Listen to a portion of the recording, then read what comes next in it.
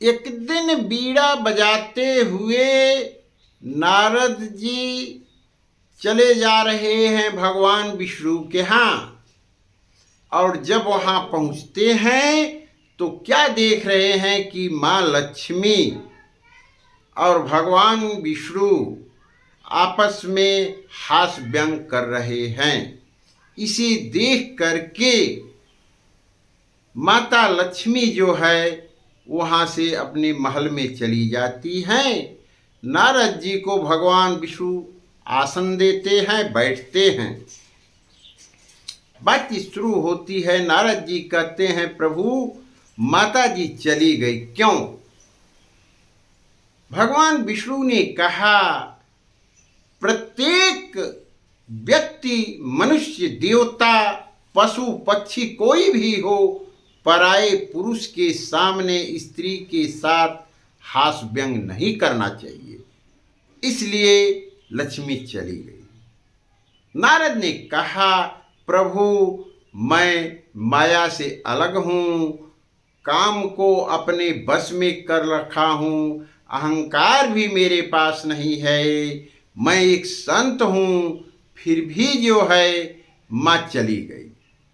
भगवान विष्णु ने कहा, सुनो नारद, माया देखना चाहते हो? नारद ने कहा, हाँ प्रभु, मैं माया देखना चाहता हूँ। गरुड़ को आदेश दिए, तुरंत गरुड़ जी आ गए और आगे बैठ जाते हैं भगवान विष्णु और पीछे बैठ जाते हैं ऋषि नारद। दोनों चल पड़ते हैं। चलते चलते पहाड़, तालाब, नदी, बगीचा, गांव, महल, शहर घूमते घूमते बहुत दूरी जाने के बाद जो है एक सरोवर दिखाई देता है। मेरे हरि कहते हैं, नारद ये सरोवर बड़ा ही सुंदर है, इसमें फूल खिले हुए हैं, बड़ा ही सुबाइश दिखाई दे रहा है, यहाँ पेड़ पौधे हैं, फुलवारी है, चलो न यहाँ हम लोग उतर जाते हैं। और दोनों वहीं उतर गए। उतर जाने के बाद भगवान विष्णु कहते हैं, नारद ये जल इतना सुगंधित बढ़िया दिखाई दे रहा है कि मन आनंदित हो जा रहा है, ये स्नान करने की जगह है। तो बोलो कौन स्नान करेगा? पहले तुम करोगे कि मैं करूँगा? नारद, ऋषि नारद ने कहा, प्रभु मैं स्नान कर लेता हूँ, इसके बाद अब आप स्नान कर लीजिएगा। अपना बीड़ा और मृग चर्म दे करके भगवान विष्णु को उस सरोवर में नारद मुनि प्रवेश करते हैं। प्रवेश करते ही उसमें स्त्री रूप बन करके बाहर निकल जाते हैं और भगवान बीड़ा और मृगचर्म ले करके वहाँ से चल देती है। स्त्री रूप बन करके नारद उस सरोवर के तालाब के किनारे बैठ जाते हैं, जो बड़ा सघन पेड़ है, बड़ी ठंडी हवा चल रही है, बड़ा ही सुगंधित जल है। ये सोच रहे हैं कि मैं स्त्री हो गया। और तब तक तालध्वज नाम के एक राजा हैं जो शिकार खेलने के लिए अपने सिपाहियों के साथ घूमते घूमते उस सरोवर पर चले आते हैं। उनके सिपाही पीछे हैं। राजा पहले ही आ गए सरोवर पर, उस तालाब की तरफ देख रहे हैं। तालाब बड़ा ही सुंदर है, बड़ा ही सुगंधित जल दिखाई दे रहा है। कुछ दूर आगे बढ़े, देखे एक कन्या दिखाई दे रही है। उसके सामने गए, पूछे, अरे कन्या तुम कौन हो? तुम्हारे पिता का नाम क्या है? तुम्हारा राज्य क्या है? कन्या ने कहा, अरे राजन, मैं कौन हूँ इसका मुझे पता नहीं है। मेरे पिता कौन हैं ये भी मुझे पता नहीं है। मेरा राज्य कौन है इसे मैं जानती नहीं हूँ। मेरा पति अभी कोई है नहीं। राजा तालध्वज ने कहा, अरे कन्या तुम मुझसे विवाह कर लो।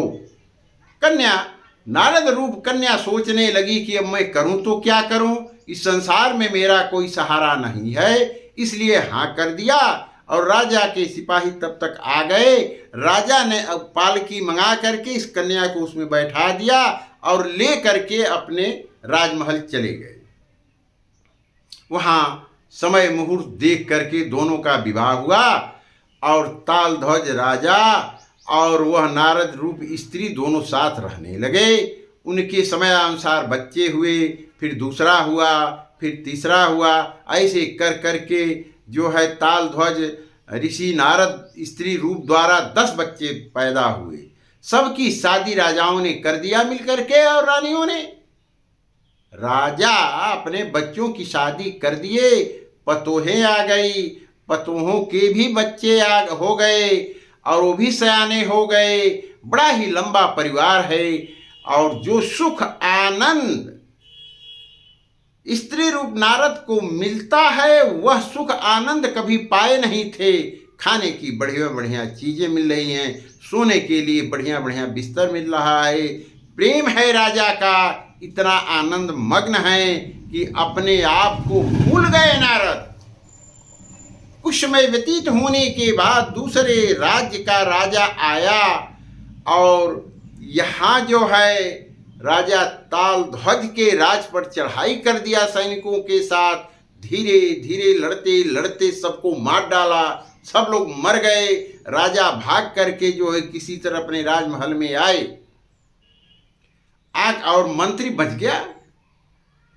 इसके बाद जो है राजा ने अपने पत्नी से कहा, जिसका नाम सौभाग्यवती रखे थे, उस महारानी का नाम सौभाग्यवती रखे थे, कहे है सौभाग्यवती सुनो, एक दूसरा राजा आया, लड़ा, और मेरे सारे सैनिक मर गए। तुम्हारे पुत्र नाती पोता सैनिक जितने भी हैं सब मर गए, हम बचे हैं और सैनिक बचा है। यह सुनकर के स्त्री रूप नारद वो लड़ाई स्थल में जाती है, युद्ध स्थल में, और जाकर के देखती हैं, ये मेरा पुत्र है, ये मेरे पोते हैं, ये मेरे सैनिक हैं। पुक्का फाड़ फाड़ करके जोर से वहां रो करके चिल्ला रही है, प्रभु हमारे कोई बचे नहीं, सब लोग मर गए। इतनी बात को जब भगवान विष्णु ने देखा तो ब्राह्मण का रूप बनाए, और एक डंडा लेकर के वृद्धावस्था होकर के आधा धोती पहने हैं, आधा जो शरीर पर डाले हैं, पहुंच गए। पूछे, अरे रानी तुम कौन हो? रानी ने कहा, ब्राह्मण देव मुझे पता नहीं है कि मैं कौन हूँ, इतना जानती हूँ कि राजा तालध्वज की पत्नी हूँ। ब्राह्मण ने पूछा, तुम्हारे पिता कौन है? वह स्त्री ने बताया, मुझे मालूम नहीं है मेरे पिता कहाँ है। फिर ब्राह्मण ने पूछा, तुम्हारा राज्य कहाँ है, किस देश की रहने वाली हो? वह स्त्री बताई कि मुझे देश का भी पता नहीं है, तुम्हारा नाम क्या है? तब जो है बता रही है स्त्री रूप नारद का कि ये महाराज जो हैं हमारा नाम सौभाग्यवती रखे हैं। कहा, तुम राजा से मिली कैसे? वह सौभाग्यवती बताती है कि सरोवर पर मैं थी और ये तालध्वज राजा शिकार खेलते हुए आए, वहीं मुझसे मुलाकात हो गई और मुझे पालकी में बैठा कर ले आए, यहाँ शादी कर लिए। शादी कर लेने के बाद बच्चे हमारे पास हुए और उनके भी बच्चे हुए। एक राजा दूसरे राज्य से आकर के चढ़ाई कर दिया, लड़ा, युद्ध हुई। घमासान युद्ध में सभी लोग मारे गए, मात्र राजा उसका मंत्री बचा हुआ है। तब भगवान ब्राह्मण रूप बताते हैं कि तुम उठो, ये लोग मर गए हैं, रोने से कुछ होने वाला नहीं है, चलो इनका पिंडदान किया जाए। और राजा और सौभाग्यवती रानी, जिसका नाम राजा ने रखा है, दोनों वहाँ से उठे और गए वहाँ जहाँ सरोवर है, और सरोवर पर बैठ करके जो है आराम करने लगे, थके मारे हुए हैं। ब्राह्मण ने कहा, ऐ स्त्री सुनो, आराम मत करो, इस तालाब में स्नान करो और मैं तुम्हारा पिंडदान कर देता हूँ। वह नारद रूप स्त्री जल में प्रवेश करती है और ज्यों ही बाहर निकलती है नारद रूप बन करके आ जाती है। और इधर भगवान भी मृगचर्म और तंबूड़ा लिए इनका खड़े हैं और राजा भी खड़े हैं वहीं। जब नारद आ जाते हैं तो राजा जो है इनका बीड़ा और मृगचर्म दे देते हैं। नारद उसे ले लेते हैं, पहन लेते हैं।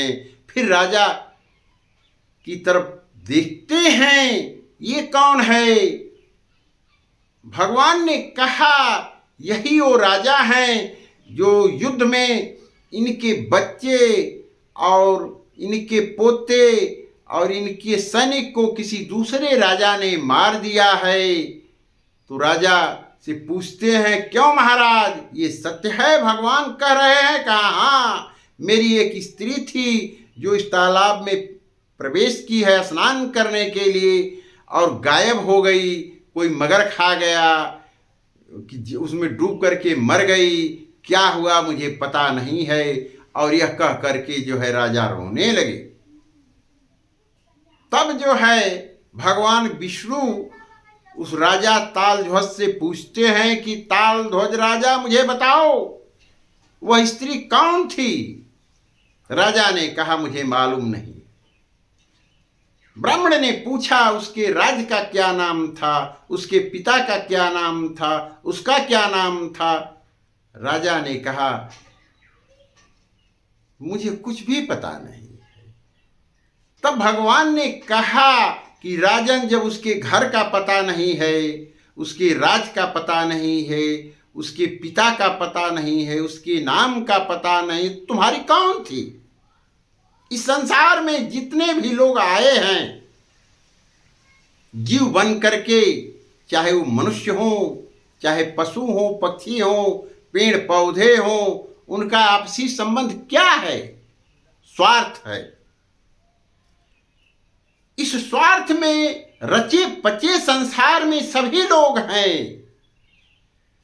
कोई किसी का न बंधु है, न पुत्र है, न पुत्री है, न पिता है, न भाई है, न घर है, न द्वार है, न खजाना है, न हाथी है, न घोड़े हैं, न रथ है, न गाड़ी है। एक मानव के मन का भ्रम है। इस संसार में मात्र स्वार्थ है। सुर नर मुनि सबके यह रीति,